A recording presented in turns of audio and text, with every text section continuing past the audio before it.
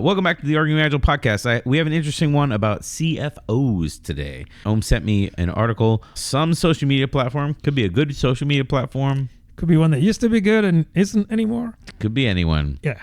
You never know because they all have the same features now. Anyway, sadly, the post said it was from an individual who they do have their CFO chops. They've been a CFO for at least 10, 11-ish years. So they do. I trust that they know what they're talking about.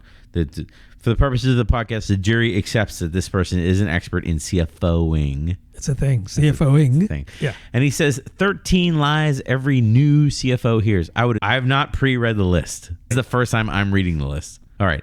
Number 1, compliance is someone else's problem. Someone else's problem. So while I haven't heard that myself, I have seen... Well, you're not a CFO. I'm not a CFO, so of course I haven't heard it. But I have seen direction in a company where the attitude has been build it, ship it, and if it's broke, if it's not compliant, we'll patch it up. I've heard that. Now, having said that, just to be fair, because we like to be fair, I've also seen the opposite in regulated industries. So I've seen both sides of the coin here. When CFOs hear compliance is someone else's problem, I can only imagine that this is probably not in a regulated industry, probably, because it would be a huge risk otherwise. And I'm not talking about risk when something goes wrong with the users necessarily, just like on face value of whatever the software is. I'm talking about reputation damage, right, which is many times worse. So in a non-regulated industry, compliance where it's needed is someone else's problem. The CFO hears that. If you're a CFO, I'd like to hear more from you about this, because I would think if I were a CFO, I wouldn't want to take a chance on not having something released out in the wild. Well, what type of compliance are we talking about in this bullet point? It could be regulatory is what I'm thinking. Sure. I mean, the CFO has got to make sure that all their stuff is done in accordance with GAAP and whatever other industry standards that they're aligned with. But that stuff is directly the responsibility to make sure that you're compliant with your financials. Yeah. I can't see what other job the CFO has. Even spending more than we're taking in, like that's not even really the CFO's job. The CFO just kind of waves a flag and hopes that the CEO makes the right decision, but the CFO, so compliance, like what kind of compliance? It's a vague statement that we read, right, as a bullet point. Sure. It just says compliance, so we're left to our own devices to interpret that. And about the only thing I could come up with is this is something that is not severe if you were to be in breach of compliance, where the CF could say, well, let's just get it out there sooner rather than later, just because quicker time to market means more cash flow for them. It's compliance like an operations type of compliance. We've got these things that we've got these contractual obligations,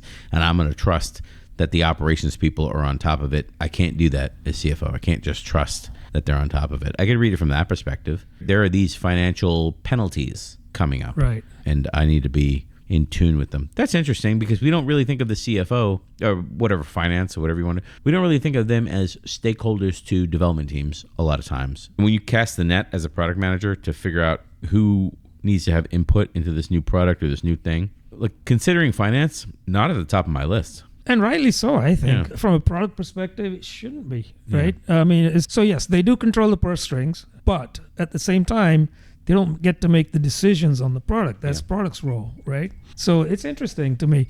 I really don't think this has anything to do with any hard regulatory type of compliance. But maybe there's bodies you have to be compliant with depending on the domain you're in, where if you're not compliant, the worst that would happen is a slap on the wrist or a fine. Right. In which case, the CFO could say, let's just get it out there. Let's start getting those dollars in and we'll absorb it. It's pretty weak, I think, as a point. All right, well, let's go to point number 2 then. Point number 2, forecasting accurately is just guesswork. That's a lie told to CFOs. Which side do you want to be on with this one? Because I'll be on the CFO side for a change, because I want to say, listen, my world is all about numbers. There's no ambiguity in numbers. Sure. So give me something that is absolute, right? So how is it that forecasting accurately is guesswork? I want to know numbers. You know, sure, give me a swag, give me a plus or minus, but give me a number. All right, heard, understood, accepted. Now, here's my counterpoint. Thank you, Ohm, Mr. CFO. Brian, the senior product manager, who thinks very highly of his product management ability, is going to tell you how much money do you want to spend trying to break into this market, trying to impress that new user base or trying to win this business. You break off that amount of money and then you give it to me at the end of me spending that money, or at the end of the time period we agreed to, maybe I need to update you every 30 days or whatever, we'll make a little micro agreement between the two of us. And that's how we'll handle it. So I'm not telling you that accurately forecasting is guessing, but I am telling you, if you want to break into a new market, if you want to do things that are completely unknown to us, the company, it is guesswork. It is guesswork. That doesn't mean that it's completely opaque and you don't get a view as we move things along. So going back to our podcast on strategy, where I can align with you on this one is, you're going to tell me, Brian, I'm not giving you money if you have no plan. I'm not giving you money if you can't give me names of customers and features that you plan to deliver to them, and a plan with dates on it and maybe little bars that connect the start to the end date on the chart. You know, like suddenly we find ourselves with a Gantt chart, you know what I mean? Because the CFO wants... Yeah, most CFOs live in that world, right? So, but there is also a case to be made for breaking into a new market where you don't really know what you don't know. So in that case, as a CFO, what I'm not going to do is to say, okay, go do whatever it takes. So that's carte blanche, right? Yeah, That's not how I would think as a CFO. What I might say is, what do you think? You know, how long would it take? How big is your team? And I will back into a number from there and say, here are some guardrails for you. Yeah. So you have about, let's say, I'm just making up a number here, $100,000. Sure. Well, it could be $1 million, doesn't matter, whatever number it is, and say, go spend that money to learn what you don't know. Right. And to your point about frequent updates and keeping the CFO in the loop, I think that's critical, because when you start to go through that budget, right, they need to know if you're going to run under or no. So a CFO is surprised when you run out of that initial seed corn funding of 100,000 in my example, and then you go back to the well and say, hey, guess what? We're doing great. We just need another figure. It doesn't give me a good feeling, right? Whereas if I'm in the loop the whole time and I know where you're at and I'm seeing progress, I might be open to finding that money from somewhere. Right. Which is magically always seems to happen. Right. Yes. You know what I mean? It always happens. When the good ideas come, or the golden children in the organization come out, or the chosen executives come out, we always seem to find the money.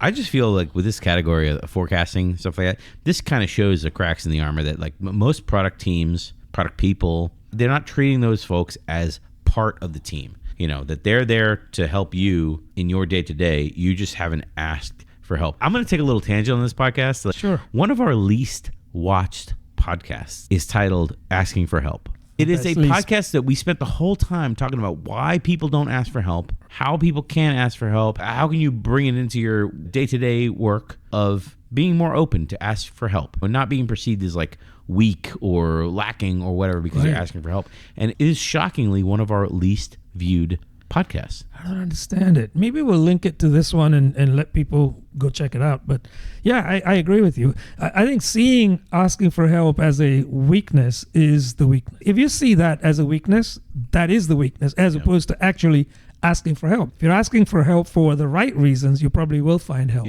right? So coming back to this bullet here, forecasting, but enabling the CFO to make the right decisions, make informed decisions, right, will tend to weigh in your favor, as opposed to just saying, well, I don't know how much I need. Give me some and I'll let you know later when I'm running out of that. It's like, nah, that's not going to happen. All right. Point 3. This is a lie every CFO hears. Micromanaging shows attention to detail. And before, I see you shaking your head. Oh, yes. But before, I'm going to intercept you right now because I have been with engineering leaders that think the same thing. They're like, if you're not micromanaging, if you're not in the details, you know, not any of this like founder mode nonsense that I'm hearing now. Like they're talking about truly being in the details, like micromanaging the details, telling you how to do things. You know, invite me to all your sprint plannings. I'm the manager. I manage these people. I should be there anyway. So what it really shows is you are confused about priorities and you do not trust. It's definitely lack of trust and exertion of control is what it shows, right?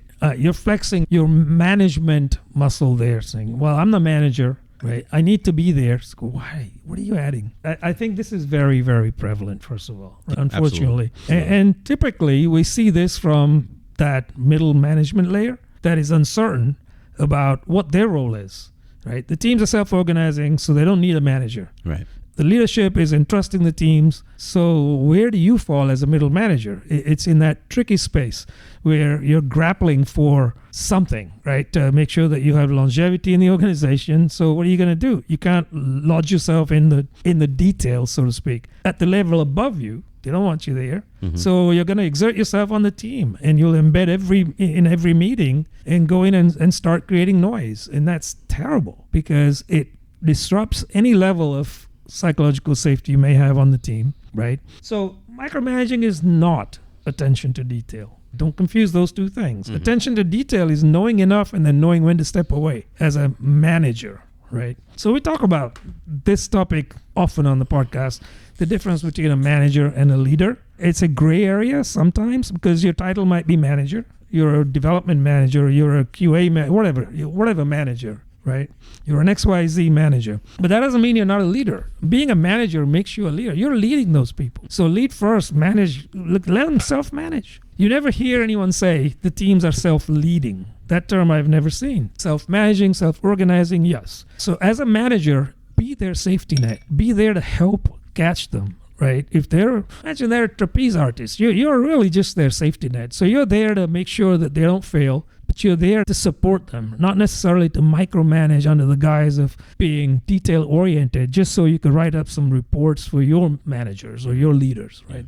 That's just fake. Yeah. Well, I'm glad like listeners and viewers here are hearing you say that, because we have a whole nother podcast. If you want to listen to us ramble for 45 minutes or 40 minutes or whatever it ended up being about the illusion of control. Oh yeah.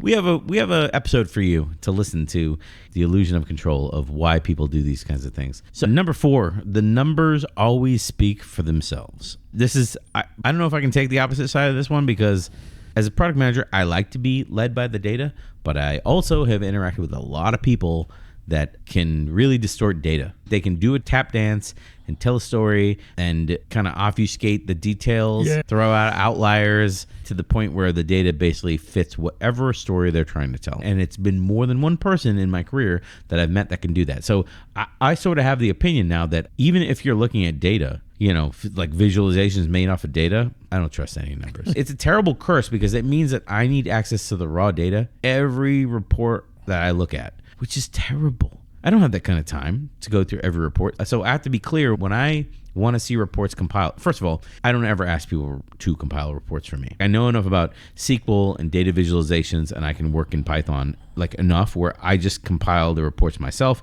and I compile the dashboards based off of real live data right there. So we're always looking at a live data dashboard. And I don't deal with this anymore in my career. It's too important for us to agree on the truth for the data to be skewed. But again, I am not a CFO, so I don't get talked at by people in different departments that are skewing data because they want something. First of all, the data can be manipulated by those that want to do that. And it will. And yes, absolutely. So it's a little bit of a mirage. You see something that's not quite there. And often in the context of today's conversation with CFOs, data can be manipulated such that it plays to the advantage of those presenting the data. The CFO only sees one side of the data. They only see what you present. They don't have access to the raw data. They're not data people, right? So unlike your skill set where you can actually take the raw data and do what you want with it, they don't have access to that. They have access to only the dashboards or the graphs or the charts that people present. Maybe. I will slightly push back on what you're saying, because I once worked with a CFO who was in the data. Like, it was a small company. So I guess larger companies, I sort of agree with you. Okay, large companies, I'm willing to let this go, and we can move on to the next point for purposes of time. Small companies, I think those CFOs are in the data, and I think they do pull the data for themselves and start scaling the company and start expanding. Then you have this problem. I don't think small companies deal with this problem. I think those CFOs really are in the data. So in that case, it'll be hard to pull the wool over their eyes. I think it is very difficult, yeah. Sorry, I'm reading bullet point number 4 again, and I'm not even really sure if the numbers always speak for themselves. The numbers never speak for themselves. The numbers speak for themselves. That's not even true in product management either, because I'm taking the numbers and the raw data means nothing. Data is not information. It's not even knowledge or wisdom. It's just data. It's nothing. Like the story that I'm telling, I'm leveraging the numbers, but it's about the story. Sometimes people tell stories that don't even have data It's about the story. So if the data can support the story, this I guess is where I'm going. I didn't know I was going to this destination, but now that we've arrived at this destination, I'm happy that we're here. So I went on a hike and I decided I need to fire all my product managers. Is there data underlying that? Not really. There's a feeling. So at that level, the C level, are they making data-backed decisions? We like to think so. You and I like to think so. Yeah, you would like to think so. Reality. I mean, it's different. Reality is different. Listen, sometimes the data, to your point about raw data not meaning anything, absolutely. They're like bricks. You see a pile of bricks, what does that tell you? It's how you arrange them that forms a picture. You could say to your CFO, we lost X number of dollars last quarter, year, whatever. That's just a number, right? That's data. You could say we lost that, but we gained Y% mind share, market share, mind share, whatever it might be. If you're a brand new company, you lose money, but you gain mind share. The CFO isn't necessarily judging you on the former, because maybe the VCs, they want you to get mind share now so you can capitalize on it later. Right. So data is all about context. Without context, data means nothing. Like, I think of all the companies that are out there, they're like, we're just trying to build stuff and make customers happy. And like, numbers, what numbers? Like, I've seen that in financial reports and projections too. Oh man, they disguise them under these things being forward-looking statements. Speaking of disguising things, let's move on to bullet point number 5. Risk management can wait. Focus on profits. Short-term thinking right here. AKA the Silicon Valley strategy right here, which is like, hey man, expand your questionable cab service into this new city. Don't worry about their laws or licensing or whatever. I think like in the UK to like have like I can't remember what they're called, like the black car taxis. The black cabs, yeah. The black cabs. Like you have to have a special license. And, we'll just create our own like Uber black cab and we'll just drive around the UK. Like you can't just do that, man. First of all, yes, you can. You can just do that. But so this is an interesting one because maybe, and I'm going to take the other side of it. Okay, maybe you can do that because all you want to do is just to show that you've got presence in the UK with these black taxis of yours. Mm-hmm. Enough where your VCs could give you round 2, right? Yeah. So if that's your goal, to secure round 2 funding, to heck with the risk, to heck with anything. Just get it out there. Yeah. And you've seen that. I don't know if this is contained to Silicon Valley or if this is, I think it's definitely, let me think about how to say this. This strategy is definitely more in their wheelhouse. This is a regularly accepted thing in Silicon Valley. In fact, there was a recording, which I think we should do a whole podcast reaction to the recording because the recording is only 45 minutes, where Eric Schmidt was speaking, he was the CEO of Alphabet, which is the parent of Google, and he was speaking at Stanford to, I think it was a class of product managers. I might be wrong about that, but I think that's who it was. And he told them something along the lines of this, which is break in, conquer the market, figure out the legalese later. Yeah. I mean, it was almost verbatim. I really wanted to like play that video. It sort of breaks our working agreement, so I haven't pushed it, but I almost want to play that video like in the middle of our window here with the podcast and just have the video playing and we'll just react to it. That was a good one. Yeah, I kind of want to do that. I think it would be a really fun podcast. And it would be worth, like people that listen to this podcast, it would be worth them to listen to the whole video. Because if you're a product manager or if you're in the business agility space or whatever, it is important to think how people like that, like people that run the holding company of Google, like how they think, which is break into a new business, dominate the market, let the lawyers figure out if it was legal after you did it and made a profit. I think there's something to be said for that. Listen, I'm on that side of it because if you did that, what's the worst that would happen, right? People would say, well, there's this thing going on. The lawyers would take years to figure it out, they will. Right? In the meantime, time is of the essence when it comes to capturing the market, entering and capturing a market. Mm-hmm. So if you can get ahead of that in terms of time, and yes, while there's this legal thing looming, people will get attention initially on that, and then it will just pass. Right. And yes, the lawyers will be fighting it out in the background, and eventually it'll get settled and nobody will hear about it. But at the same time, risk management is a term that encapsulates so much under that umbrella. So what about launching a product that isn't really perfect for the market? It falls short. It maybe only serves 50%. It's got rough edges all over. It's risky from that perspective. You don't know what you don't know about how people will be using that. Get it out there anyway. Get it out there and let people use it. And if they use it in a way they're not supposed to, guess what? You learn that, and version 2 can come out a little later. This is funny because we're agreeing with what he's claiming is a lie in this category. I think so. He said the lie is risk management can wait, focus on products, focus on profits. We're sort of saying, no, you're wrong about that. No, it's not a lie. It is the way that most people do business. Right. Let me try to defend his point of risk management can wait, focus on profits. That's great that you have that viewpoint that, hey, risk management, forget about that. We'll figure that out in 3 to 7 years when all the legal battles subside and all the news media beating us up subside, and we can just pay some settlement costs and we'll eat a sausage and everything will be all right. So lawyers, I don't know how they handle this stuff, but yeah, that's great. But there is some survivorship bias happening in that example because 95% of the companies, they don't get to become so big. 95% of the companies get sued out of existence. So like the Eric Schmidts of the world, the people that run Alphabet, who have Google with a profit amount larger than some countries' GDPs, they can afford to do this and be super shady. But the CFO who's saying, listen, you guys are engaging in some super risky strategies. We need to deleverage ourselves and not do this real risky stuff in these market segments where we're obviously breaking the law. Okay. On that side of it, for the rest of us, and by rest of us, I mean 95% of the companies out there. Yeah, he's right. Hey, you probably shouldn't just decide to run black cabs through London and be like, yeah, license schmicense. We don't need any of that. If you're the silverback gorilla in the market, you can get away with it for sure. In the case of Eric Schmidt, yes, of course, right? They can afford to do this.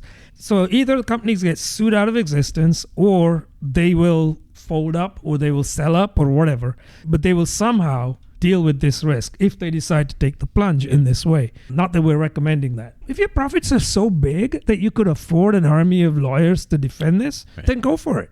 So it's all about context again, right? So if you're just a regular company, not a Google or an Alphabet, you probably should listen to your CFO. And if you don't, he's probably got his resume updated. Just saying. These guys move around pretty quickly. He definitely does. All right, so risk management, talking about being sketchy leads us into point number 6. Short-term gains justify ethical compromises. I mean, that basically speaks for itself. What you do to show a profit quarter over quarter, like irrespective of other quarters or the long term or whatever, like we both talk many times on the podcast. We've talked about it's super easy to show a quarterly, like, cool, book all my work that came in this quarter and then fire half my staff, and then it'll look like we're amazing on paper. Buy another yacht. Super easy. And then we'll spend the next 2 years trying to figure out how we don't have anyone to work on this contract that we just booked. And yikes, that's someone else's problem. We got our yachts. That's right. See you later. Yeah. And again, unfortunately, we know this is pretty common out there. Right, in the cutthroat world of business. The last category, this one. Yeah, there's no benefits of this one. And if you're one of those people who engages in this thinking you're just going to basically hop around and collect your millions, it catches up with you quickly because reputation doesn't just follow you in these situations. Reputation will catch up with you and overtake you pretty quickly. So you find yourself out of gigs soon. Yeah. So this is one that I think we can agree it's as a CFO, when you hear this, is this really a lie? Short-term gains justify ethical companies? I mean, I'm sure it does at some companies that they're in survival mode, but they're, like you like to say, they're circling the drain. They are a moribund company. That's what they are. Okay. Well, number 7 is pegged as a lie. It says technology won't improve financial operations. I don't. This one might need a little context because I could be on either side of this one. Which side would you want to be on this with this one? I'll be on the CFO side. Okay. Again. So I'm saying, why invest? Why pump more money in technology when you're trying to improve your financial ops? Right? Why? It's just everything is a drain. So technology, I'm going to buy new systems which will require new skill sets that I have to pay for. I'm not on board with all of that. How is it going to improve my financial ops? Well, wait a minute. But that's the lie. That's the lie. So he's saying that technology will improve your financial operations. If technology is not going to improve your financial operations, like the idea is you can implement some technological improvements to make it easier to deal with finances. I worked at a company one time where we rolled our own billing system, basically. It was backed by Great Plains, so it wasn't really, truly roll your own, but the actual system that sent out invoices to customers was completely custom. We rolled our own system because it was what we needed at the time when we built the system. This was many years ago. This is not like in the last 2 years. I would never build basically a billing and invoicing system.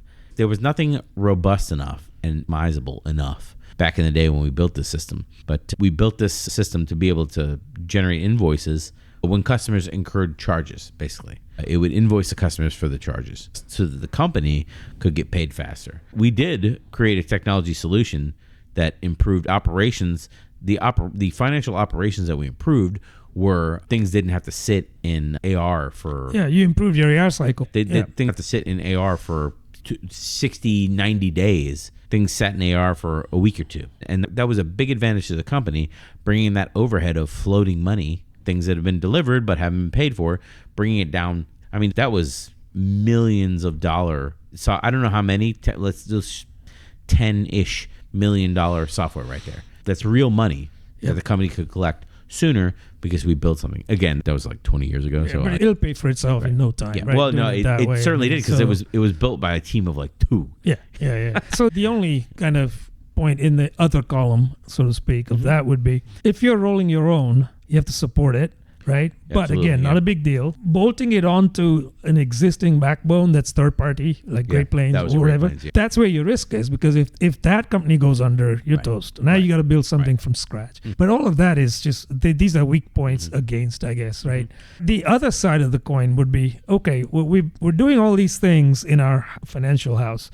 Why don't we just simply, this is today, right? So you could simply outsource it all. Yeah. Right. And let someone else take care of all of that. Accounts payable, accounts receivable, payroll, all of that. Now, and I will tell you, there was a period of time with that particular system that the strategy was the original developers who developed it left the company. We had nobody who understood the system. We did outsource the development and maintenance of the system for a while.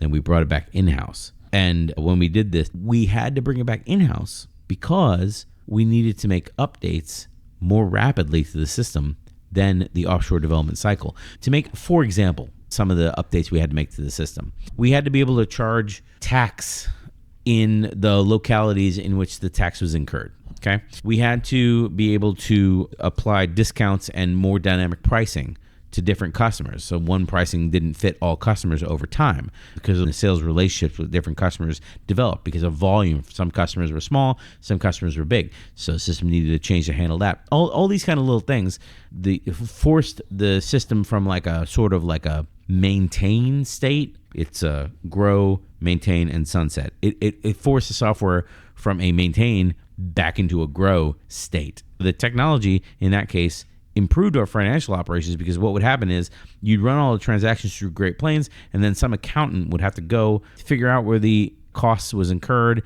what city, state, locality, municipality, special tax district, stuff like that, apply the changes. And it was a lot of manual stuff. It's just like people that run payroll. It's like you're going to run payroll and you're going to apply a bunch of manual stuff to pay. Like if you're running payroll and you are in a company where everyone lives in different states, like a full-time remote company, now you're on payroll, you got to do a bunch of different things. It's not really that many different things, but there are different manual steps you got to take. Sure. Well, it'd be better if the software just supported that and then just took care of all those little business rules. The application of business rules, the asynchronous application of a bunch of different business rules to a synchronous process, running payroll, it's so much better when the technology just deals with it for you. Absolutely right. And also in that example, keeping up with all the changes. Right. Laws change every year at different states and whatnot. Listen, today, the alternative is outsource all of these ops, right? Outsource. So there are companies that exist for the sole purpose of providing these services to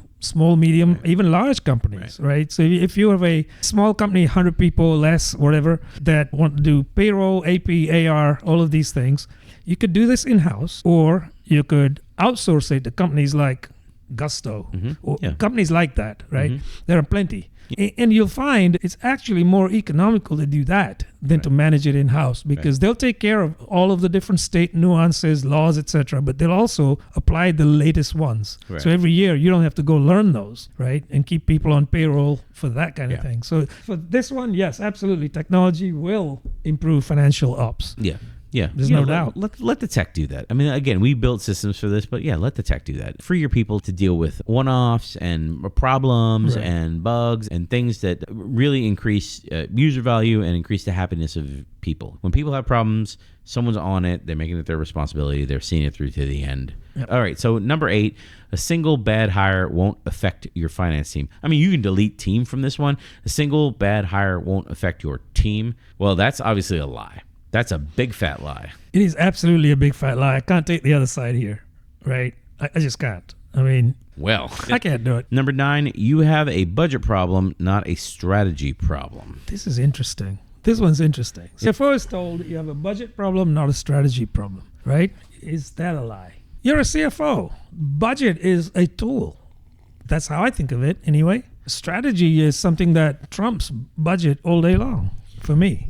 So how is this not a lie? You have a budget problem, not a strategy problem. That's a lie. You have a strategy problem that shows up in your budget. That's how I like to think of it. I could see this from the perspective of a CEO who is burning money like it's going out of style, burning money to stay warm on assumptions, strategy, untested strategies. We need to get in with all these market segments. You know, I see that you're telling me I need to have an ideal customer profile, but I think that's nonsense. I don't want to spend time doing customer profiles and talking about what customer needs and that kind of stuff. Every customer profile needs our software. So I'm attacking several different markets and several different ideal customer profiles, and it's not landing with. And this is every pre-market fit company that I've ever seen that is just flailing and have not dedicated themselves to the problems of one specific user. So the strategy is not focused, is misguided, or not defined? Not focused. The strategy is not focused. They've not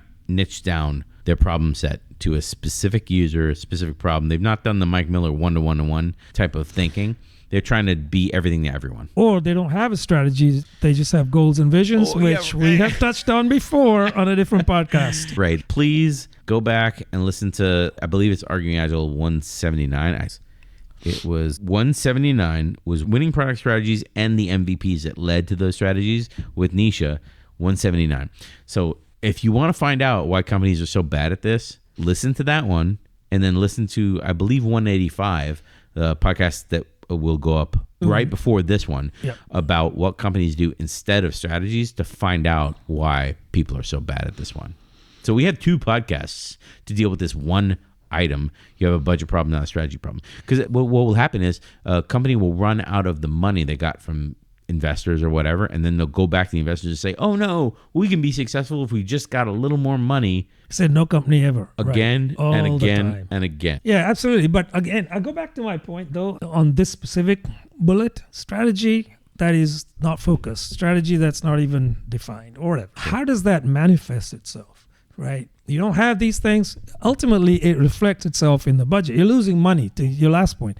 If you're losing money, that's a budget issue. You're in the red. It comes out in the numbers ultimately, or pretty quickly. You don't have a strategy. That's not something people can see. You can wax lyrical about what you're doing. But the numbers in this case do speak for themselves, right? Because they will reflect your lack of strategy or your lack of definition. Well, a lot of companies, their way of dealing with this one is they call it a North Star metric. I usually don't use that term in normal conversation because it's like MVP. It's one of these terms that's so saturated in the market that it means everything to everyone. A North Star metric, like for YouTube, would be like number of hours of videos watched. That's their metric. The same thing for Netflix, so like that, like number of hours watched. For Twitter, it would be like number of posts created by users. For our podcast, it's number of watch hours, people that have consumed our content and watched.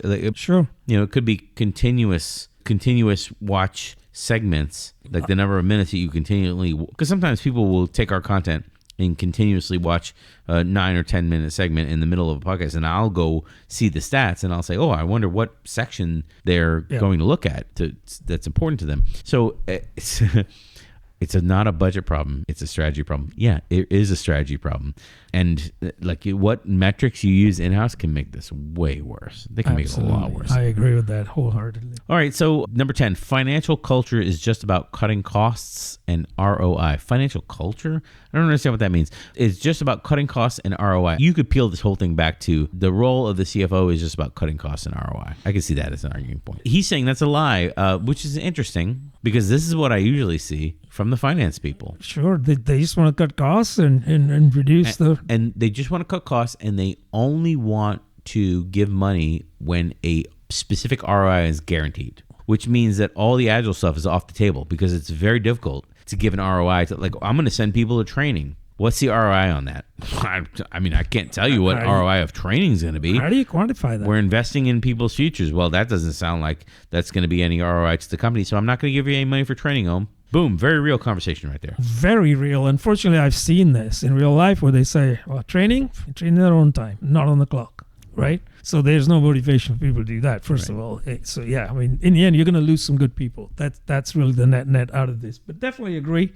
Most financial folks will have this outlook of reducing cost. So the counterpoint to this is hard to take as well. Reducing cost. Well, okay, you can reduce cost, but at what cost are you reducing cost? Mm-hmm. Or what's the opportunity cost of reducing cost? Right. Training is a great example. You're not investing in your people, really, right? Especially if you want to invest in your people, and that's going to pay off. But it's hard to quantify the payoff. Let us know in the content below because we would love to hear from you. How do you quantify such investments, right? ROI is not the only measure, by the way. It is one measure. There are other financial ratios and measures that people look at. Why? But I got to think for a second. I started this category talking about every other thing that mattered to me that wasn't ROI, like watch time or number of clicks or number of times that, a news media article was shared or something like that on social media. Yeah. None of that is ROI. None of that is ROI. And none of that would be exposed to the finance people either because they don't have those numbers unless they know to ask or they happen to be in the meeting where we talk about that. So are they our true North Star metric, or I forgot what it was called, or is it ROI? Because we can talk about it with all the product teams. Or our North Star metric is the amount of time people watch, the amount of time people are watching videos because we run YouTube, for example. And then at the board meetings, we only talk about ROI when we talk about new investments. So wait a minute. Wait. I thought our North Star metric was this thing. Well, yeah, you're right. But when in front of the board, then the C-suite sings a different tune or whatever. That can't be. That can't happen. If that's your corporate culture, you have a big mismatch. And now there's going to be a lot of fighting behind the scenes. And there's going to be problems like this. Financial culture is all about cutting costs and ROI. Again, only because I'm a product manager, I don't think I've said ROI in 8 years. I don't think I've used the term ROI. Who cares about ROI? Because our North Star metric generates revenue. If we've picked a North Star metric that does not generate revenue, that's a different problem. Now we're back to our strategy as a problem. Why are we pursuing a strategy that doesn't have money at the end? Yeah. Now we're back to a problem. ROI? Get out of my office with this. Listen, I feel like this concept of return on investment is a little bit dated. Also, your ROI formula, it's all made up anyway. It is made up. It's dated as well. I feel like it's surpassed now with other measures. Even back in the day, when I learned this stuff in business school, it was one aspect, but then there are other aspects. Return on time invested, return on capital invested, right? Capital employed, ROCE metric. There's so many other ways of looking at this. Yet, all we hear is ROI because it's ingrained. So I think somewhat historic, but yeah, definitely this is a lie. This took a good amount of time. Let's get to one that I don't think is going to take a large amount of time, which is number 11. Everyone already understands your financial reports. Oh boy, I'll be the first one to say nobody understands your financial reports. They're deliberately obfuscatory, right? So if you look at financial reports for public companies, you'll see statements in there that make you feel really warm and fuzzy. And then you come out of that and you go, yeah, this is a winner. This is great. But what you don't know necessarily, or you may not know, is that it's been very carefully crafted to give you that feeling without having raw, hard data that these decisions are based upon, and all under the guise of two things. One is, well, these are forward-looking statements, So we're basically forecasting the future. And then the other is past performance is no guarantee of future results, right? But yet, if you look through it carefully, everything that you see in there is based on past performance. So beware the fallacy of straight line extrapolation, first of all. You'll see that a lot in financial reports that say, last year we did this, year before we did this, therefore this year we're going to do X, and next year we're going to do, X to the power Y. Extrapolations are very fallacious when you come think about this like that, right? So be careful with that. So yeah, absolutely. Everybody understands your financial reports. No, they don't. But they feel good about it when they read them. I think we all agree they don't. Number 12, you don't need to communicate with other departments. Before you dig into this one, first of all, I'll take the lie side of this one. Okay. I'll take the lie side of this one. Listen, as a CFO, why am I going to talk to a bunch of people that don't speak my language anyway? Like the technical people are all pedantic about talking about databases and scaling and all. I don't want to talk to agile coaches and stuff because they keep talking about this portfolio planning and scaling and like this Scrum method and that Scrummy method or whatever. I don't want to talk about any of that. I'm not interested in any of that, and I don't want to talk about it. And also, every time some technology leader, product person, or whatever that can't distinguish between product and technology. Anyway, first of all, every time they talk to me, their bets and their language and their processes and the outcome of their work, they do not quantify it with regard to financial impact.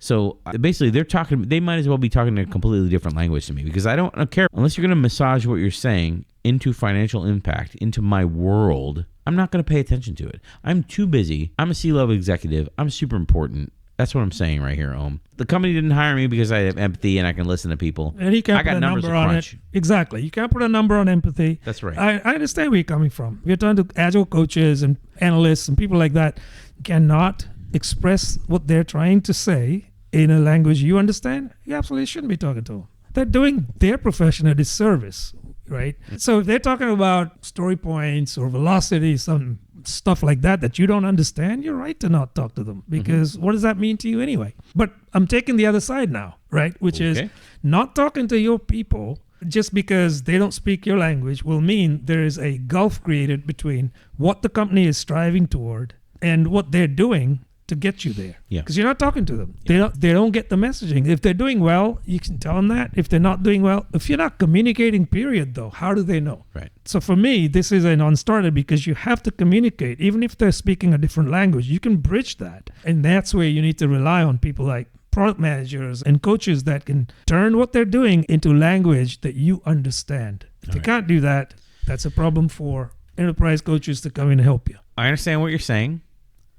Let me turn that camera around for a second and focus on the CFO. You're a C-level executive, so theoretically, you're a leader in the organization. That's the way you like to see yourself, right? The C-level executives like to see themselves as bold leaders, forging the path to the future. If you're a leader, there are some responsibilities that you have, some accountabilities you cannot get out of, okay? Part of your accountability is if you have a bunch of people that every time they talk to you, you don't understand what they're saying, you need to offer coaching to them to help them come up to the level that you're at or to help them better communicate with you. Right. Maybe you only speak C-level executive, which, by the way, is only spoken in yachts and golf courses. I don't understand it. Don't worry.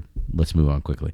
Part of your job, again, if you read the Marty Kagan Transform book, you're welcome. It's all about agile transformation without using the word agile transformation. If you read that book, he does tell you in that book, the roles of quote managers, meaning executive type. In the modern organization, your role is all about people leadership.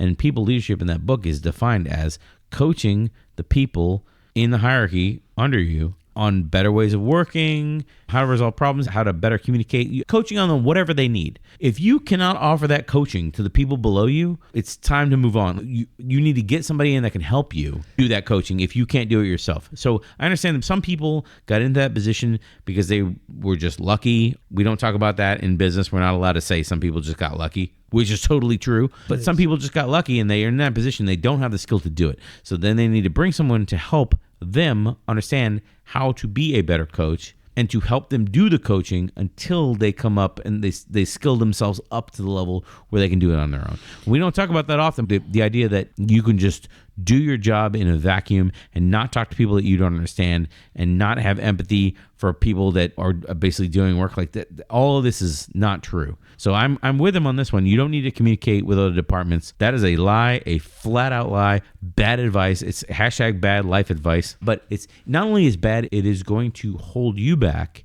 in your career, whatever career you have. If you're a product manager, agile coach, whatever, developer, and you think, oh, I don't have anything in common with finance, I don't need to talk to those people. You right there, you've just expressed a fixed mindset. You're holding yourself back. You need to push through that and say, what can they tell me that I don't understand? And I'm telling you, it's a lot. It's a lot. And leadership, you're not being open to or willing to offer that coaching, whether it's internally or they get an expert in, that's a failure. That's a leadership failure right there. So let me wrap this one up. Number 13, long-term strategy isn't your concern. Just hit the numbers now. This is that short-term thinking. So maybe there are cases, again, I'm going to take the other side just because. Maybe there are cases where this is not a lie because all you care about is making the numbers now. Long-term strategy could be 2 years out, 5 years out. It used to be 10, 15 years ago, but now it's much shorter. Still, that's not your purview. You just care about making that number so that you can hit that IPO.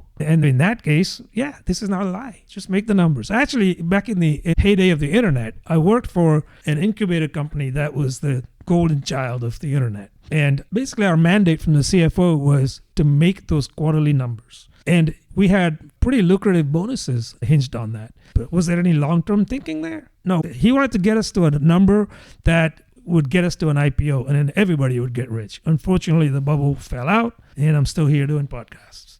So there you go.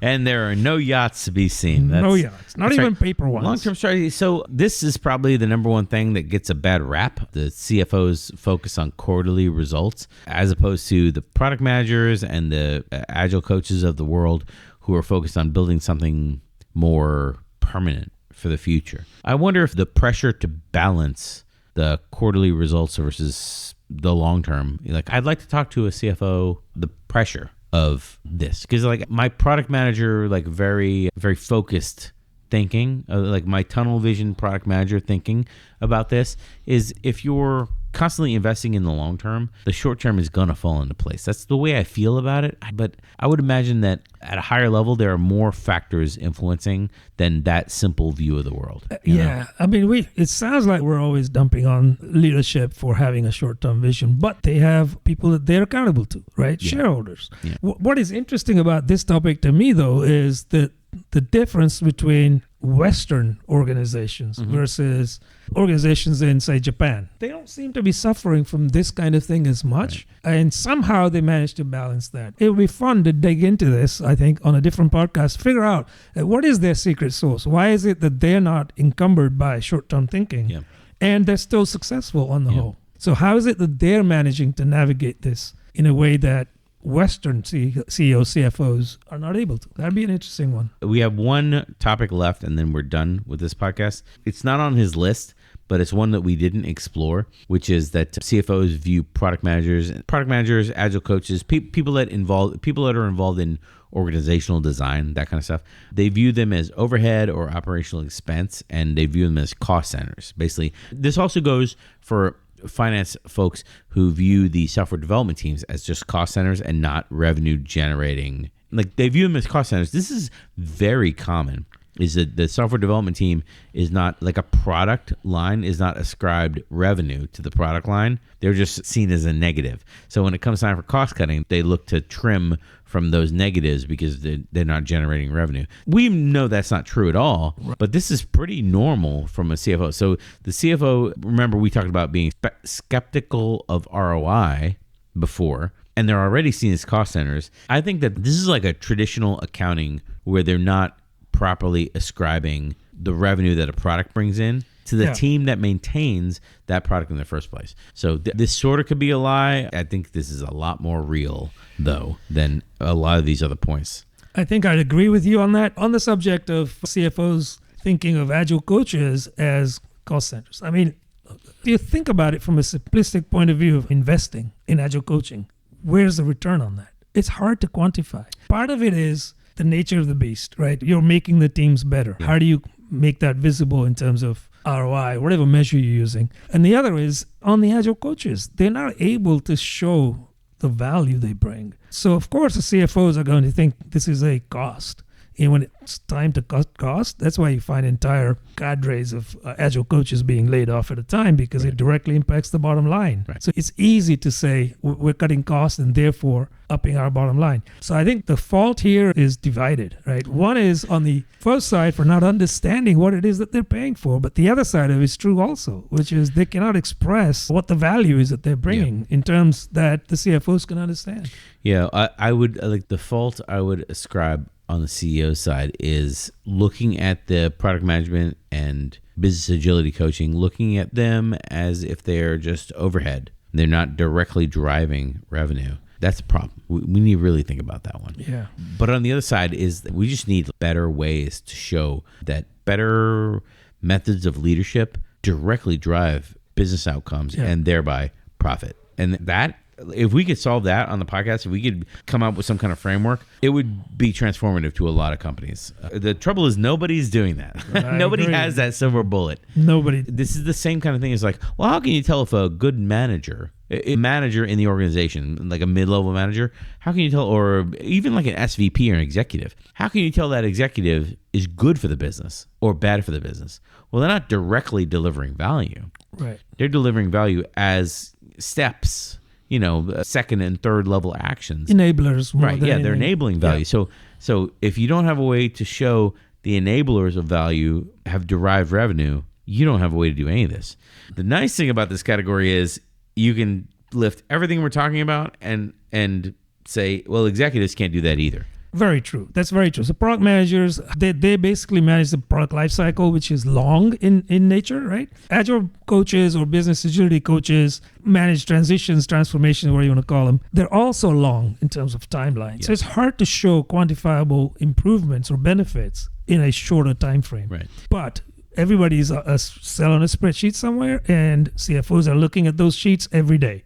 So when they're looking at those, you stick out as a cost. But there's not a corresponding value in the opposite column. Right. So it is hard. It is hard. I think collectively, this would be a good one to delve into because there's no silver bullets. The more people talk to the finance folks, the more you'll find a way to align to solve these problems, at least at your company. Maybe we can't give you a framework or whatever to solve all the problems. Sure. That's very difficult to give you something that's generic enough where it can be applied everywhere. But talking to people, having empathy, working out where like these longer term issues we need to be taking into consideration along with our trying to hit the quarterly numbers, right? So that there's at least a balance as opposed to just doing everything short term. Like again, short term, like we'll just fire literally everyone in the company, chain the doors, and then we'll be really profitable for a couple days, and then a couple. We're all out of work. Yeah, and then we're all out of work. Yeah, it's fine. Yeah, it was an interesting podcast to kind of just mull over some of these CFO pain points / perspectives. Yeah. Maybe in the future we'll look for a CFO to kind of bounce some of these ideas off of,